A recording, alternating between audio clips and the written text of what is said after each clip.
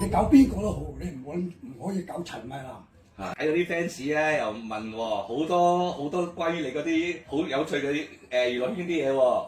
其中咧有一個就係成日問話同阿陳慧琳有咩關係喎？你可唔可以今日答一答咧？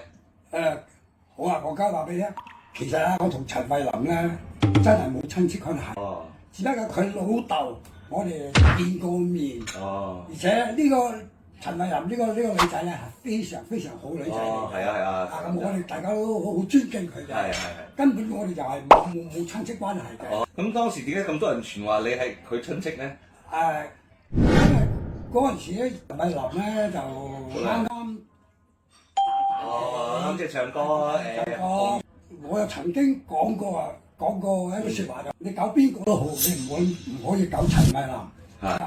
嗱呢個女仔咧，我哋個個好尊敬呢個陳慧琳。咁就啲人以為你我以為我親戚嚟，因為佢老豆咧，我哋見兩次面，因為佢老豆咧係做珠寶嘅，所以尤其是咧陳慧琳呢個人咧，就係電影界咧，而家就個個都大佢啦，係嘛？OK，咁啊，即係大家都知道啦，然後喺啲即係娛樂圈有啲趣事嚇。